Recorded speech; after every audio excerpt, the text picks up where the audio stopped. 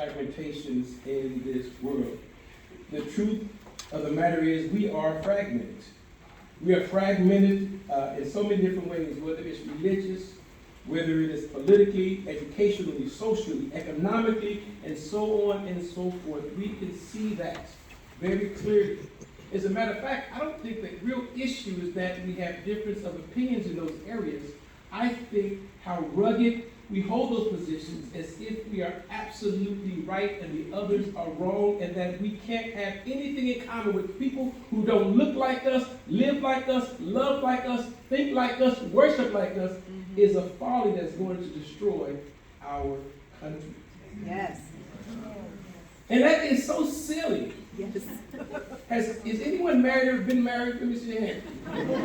And put one hand up. Now, if your spouse completely agrees with everything you believe in, raise the other hand. Check what's an argument. Hey. And so we have this ideal that if people don't think like we think, that there's a problem, we can't connect with people. And I disagree with that wholeheartedly.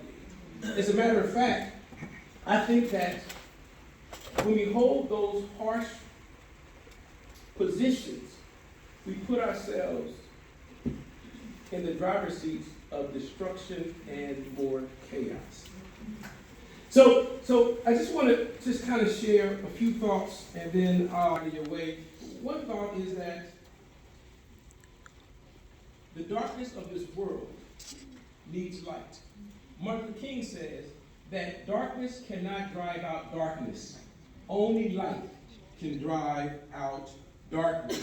He also talked about, one of my favorite thoughts of Dr. King is that he talked about, if we can't live together as brothers and sisters, then we would perish together as fools.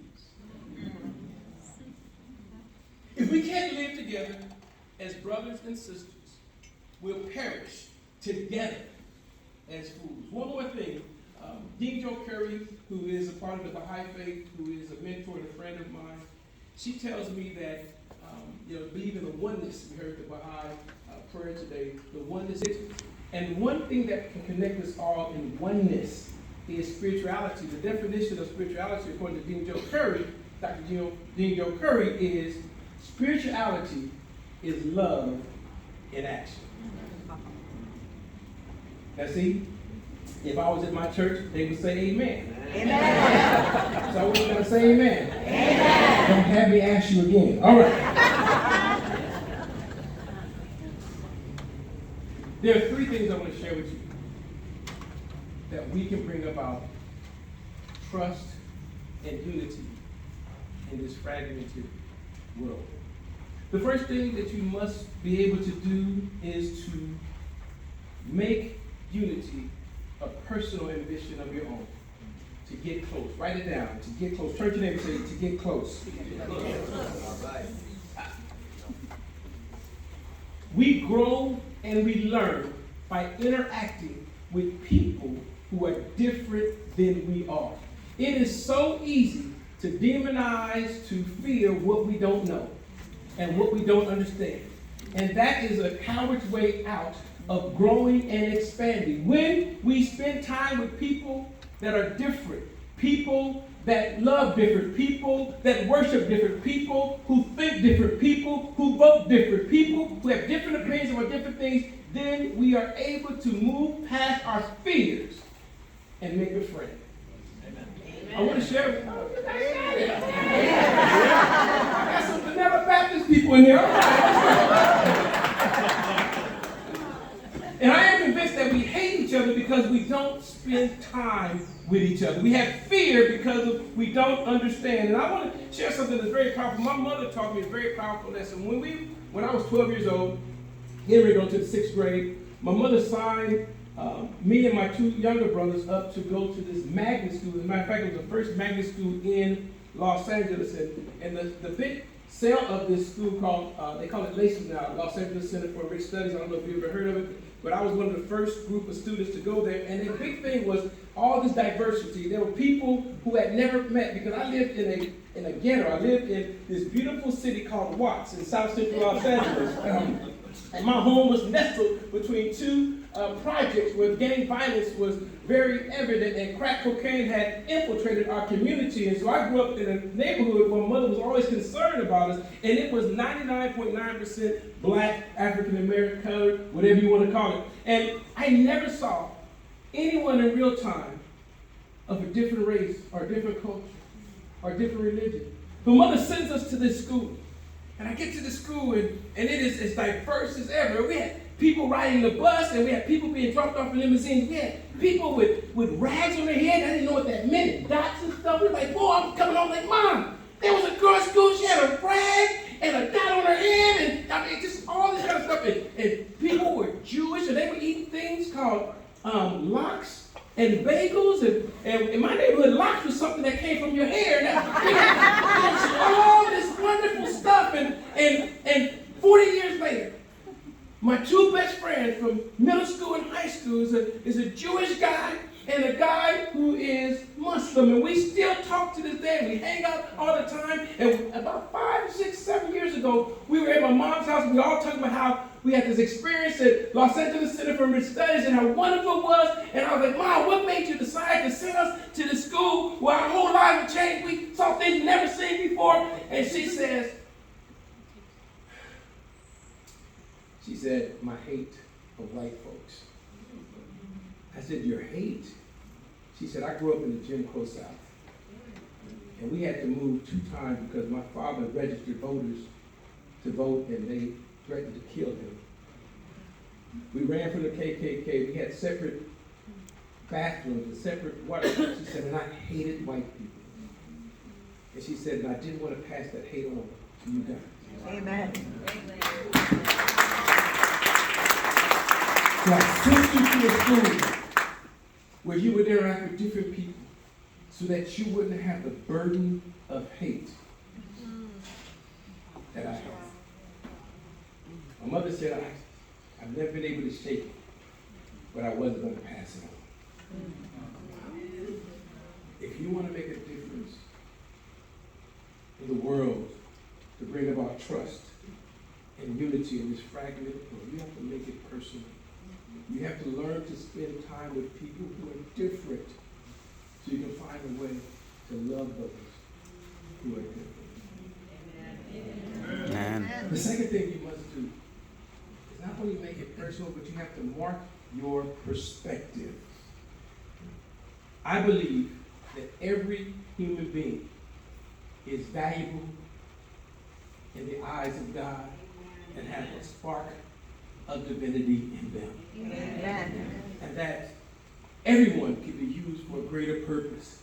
And you have to mark your perspective. You have to make sure when you're in an environment where people are beginning to say things about different people who think different or live different, they say things, you have to challenge that. Do not allow people to speak anything that dehumanizes another person in your presence. You have to challenge them. And you have to say to them, I will not allow you to denigrate anyone because all people are of value. This became true as Fram preached half of my message in my introduction. But I told you I have a desire and a great burden because I hate all this division. I lived it out because my mother hated that and she made us go and interact with other people. But the other thing that I learned from that was when George Floyd died, people in our community were so anti-police. They began to say things like all police officers are corrupt. And now listen, there are some corrupt police officers, and there's some corrupt teachers, and there's some corrupt everything. There's corruption everywhere. But all people are not corrupt, and most people are not corrupt. There's a very small few. So instead of allowing people to make these kind of comments, to go and check, I connected with Sheriff Barnes. And we began to have dialogue. And from that dialogue, we began to be invited into the academy. And we began to spend time with what I call listening with love and having back and forth dialogue. And I discovered over the years as now the candidates or the recruits actually come to our church. And they spend about 4 hours with us about every other month. I've had an opportunity to talk to more than 350 recruits over the last 3 years. And we sit down and we talk about how much we have in common. And I discovered that police officers want the same thing that we want. And that we have some misunderstandings about them, and they may have some misunderstandings about us. But the desire to have a community where everyone is safe is our common goal. You'll never, ever, ever be able to make a difference in a community that you won't talk to, that you don't spend time with, and that you won't defend. You have to mark your perspective. Do not let anyone say anything bad about people as it relates to their human dignity. You know, cops are people too. They have feelings. They want to come home and see their family. They want to be safe. They want to work 20 years or so and retire and have a happy life. They're not agents of hate. They're officers of peace.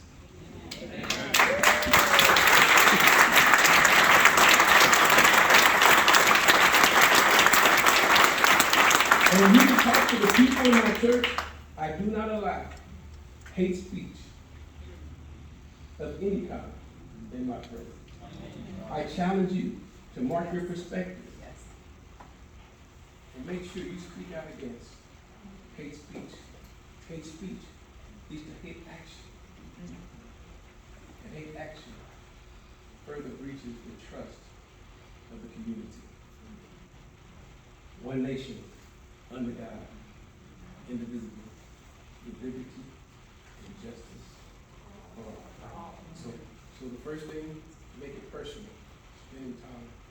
Secondly, mark our perspective. And the last thing, you all gonna like this, we must endure pain.